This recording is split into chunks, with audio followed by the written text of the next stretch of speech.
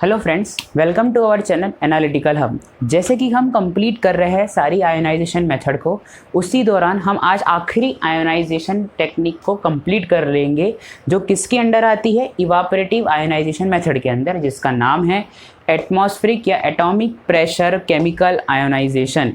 Atmospheric pressure भी आप इसे कह सकते हैं, एटमॉस्फेरिक प्रेशर केमिकल आयोनाइजेशन। इस टेक्निक को स्टार्ट करूँ उसके पहले अभी डायग्राम ही बना लो, ठीक है। ये आप डायग्राम पहले क्लियरली बना लीजिए, मैं वेट करता हूँ।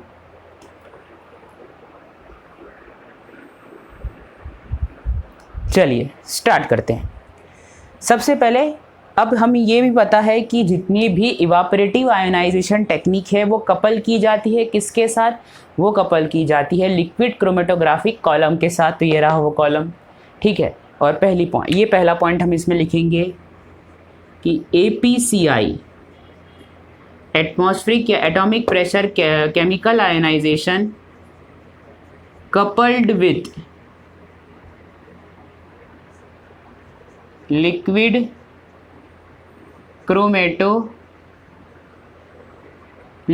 chromatographic column, ठीक। ये भी आप ध्यान रखेंगे, पहला पॉइंट। दूसरी बात, it is soft ionization technique।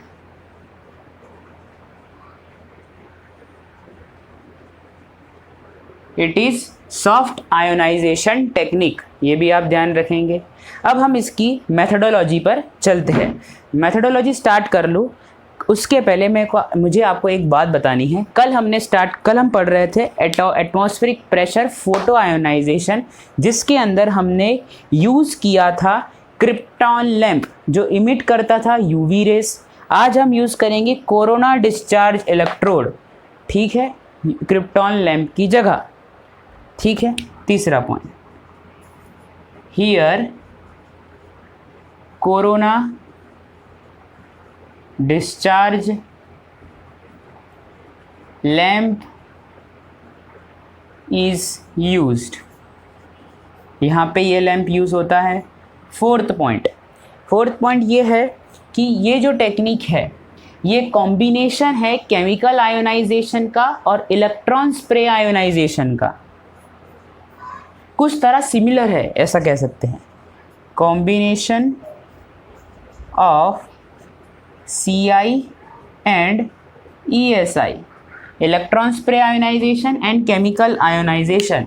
तो atmospheric pressure chemical ionization is a combination या similar to CI and ESI। ये भी आप नोट डाउन कर लीजिए 4 पॉइंट। फिर हम मेथडोलॉजी पर चलेंगे, ठीक है। आगे चलते हैं।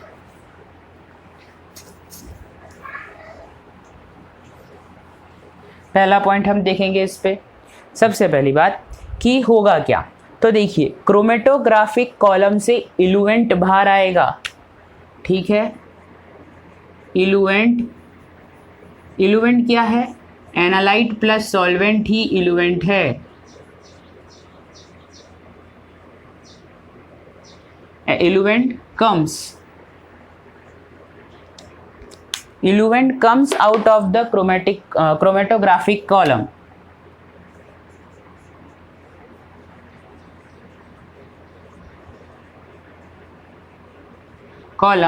and enters into heated capillary tube,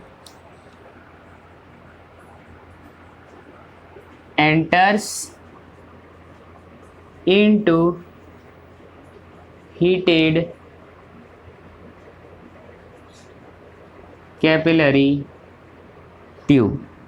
ये एंटर कर गया, ये जो है एक हीटेड कैपिलरी ट्यूब है, capillary heated capillary tube. Second point, capillary tube, ये जो capillary tube is surrounded by nebulizing gas environment. ये जो रेड देख रहे हैं आप, ये है नेबुलाइजिंग गैस, इसे हम कहेंगे नेबुलाइजिंग गैस, ठीक है। Nebulizing gas,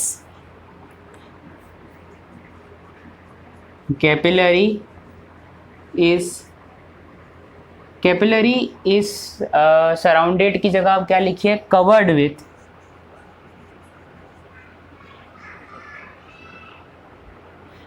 with nebulizing gas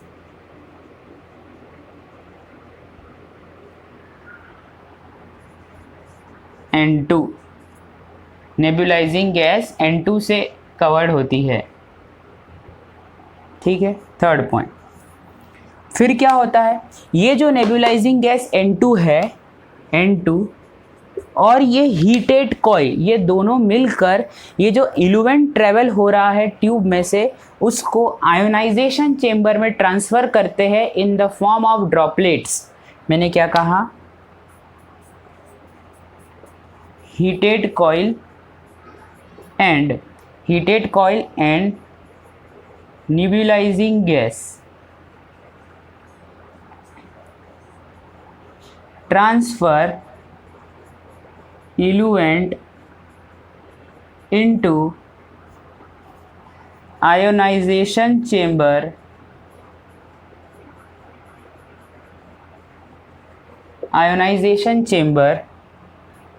in the form of droplets। ठीक है, ये जो क्या कहते हैं, इल्यूवेंट ट्रेवल हो रहा, इल्यूवेंट जा रहा है कैपिलरी ट्यूब में से, इसको ये नेबुलाइजिंग गैस और हीटेड कॉइल ये आयोनाइजेशन चेंबर के अंदर ड्रॉपलेट फॉर्म में ट्रांसफ़र कर देती है। ये भी 3 पॉइंट आप लिख लो। और जो ड्रॉपलेट्स बनते हैं वो है एनालाइट सॉल्वेंट ड्रॉपलेट्स। लिख लिया होगा आपने ये 3 point.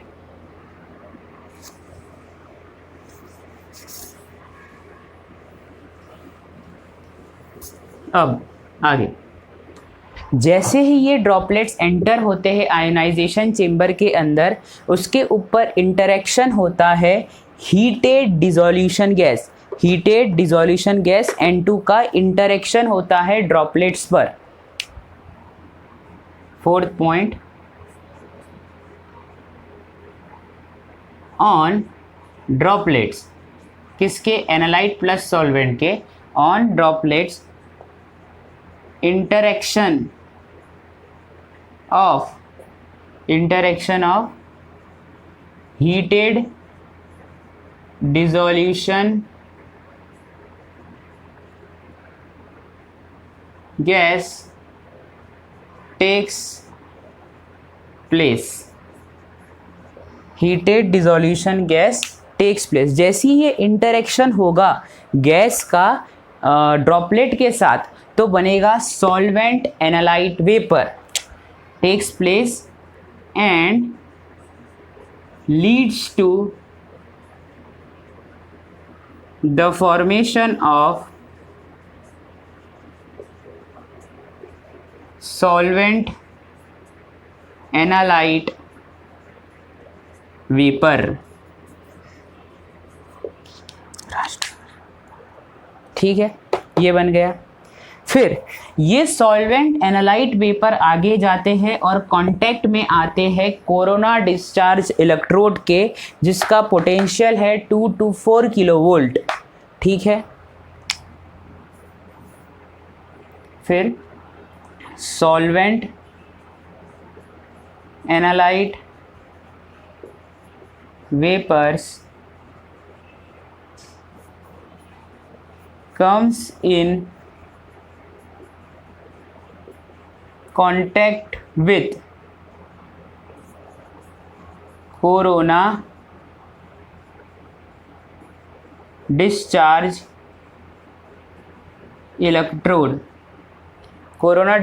electrode, and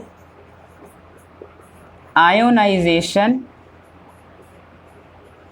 takes place, just like primary ions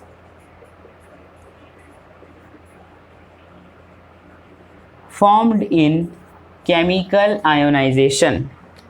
देखिए, ये जो सॉल्वेंट एनालाइट वेपर है, जब आगे जाते हैं तो कांटेक्ट में आते हैं कोरोना डिस्चार्ज इलेक्ट्रोड के, इस इलेक्ट्रोड के कांटेक्ट में आने से होगा क्या कि आयोनाइजेशन हो जाएगा, आयोनाइजेशन हो जाएगा। और आयोनाइजेशन किस तरह होगा, जैसे केमिकल आयोनाइजेशन में हमने देखा था कि प्राइमरी आयंस बनते हैं, उसी तरह ही यहाँ पे भी आयोनाइजेशन होगा, उससे उसी तरह से सिमिलर आयोनाइजेशन इस टेक्निक के अंदर होगा। ठीक है, ये आपने 5 पॉइंट नोट कर लिए होंगे। ठीक, अब ये जो आयोनाइजेशन है यहाँ पे इस टेक्निक में मतलब APCI में 2 टाइप से होता है। इसको आप लिख लीजिए, फिर मैं रब कर दूंगा।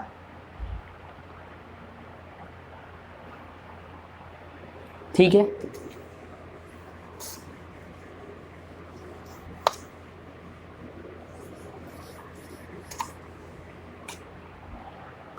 अब देखिए ये जो आयोनाइजेशन होता है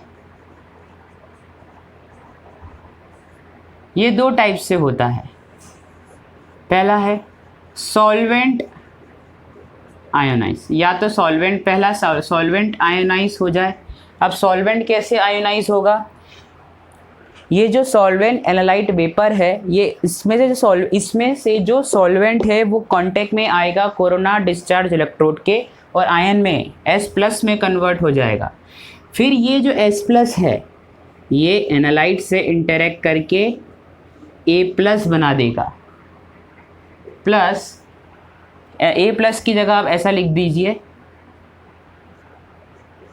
MH+ बना देगा, प्लस S- बाहर।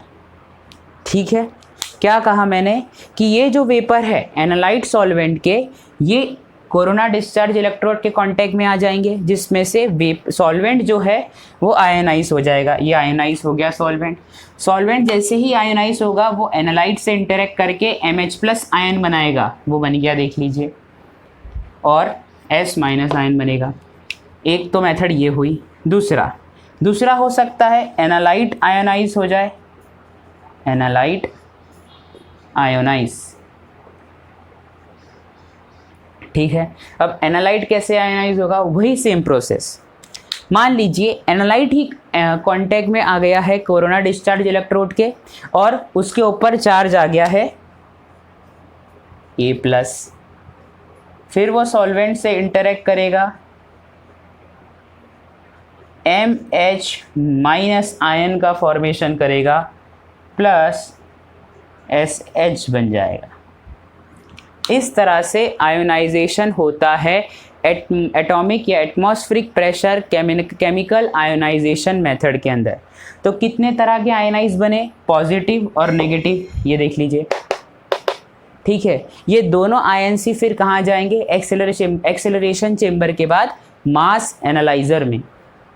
ठीक है, ये भी आप नोट डाउन कर लीजिए।